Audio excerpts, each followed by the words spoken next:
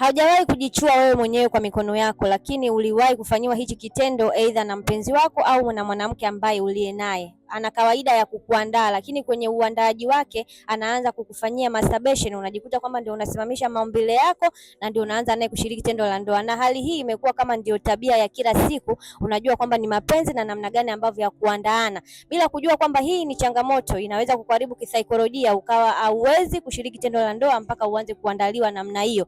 Mbaya zaidi, mikono ni mikono tu. Pale ambapo anatumia mikono yake, fahamu ya kwamba ni vile vile tu kama ambavyo ungetumia mikono yako wewe kujichua wewe kama wewe, na pale ndio ambapo unaenda kupata yale madhara ya kujichua bila wewe kujua. Utajikuta kwamba maumbile yako yanasinyaa, yanakuwa madogo sana kama ya mtoto mdogo, lakini pia mzunguko wa damu unaathirika, mbaya zaidi homoni zako, na kupelekea kuwa na changamoto ya upungufu wa nguvu za kiume, kwa sababu umechuliwa na mikono ile ile. Nini cha kufanya? Kama ni mwanaume, huenda haujawahi kujichua kama ambavyo nimezungumza, lakini uliwahi kuchuliwa, ukajikuta kwamba haujui sasa, kwa sababu ushapata changamoto ya upungufu wa nguvu za kiume. Fahamu ya kwamba ile ndiyo sababu, kwa sababu ulichuliwa tu, hata kama haujajichua na mikono yako.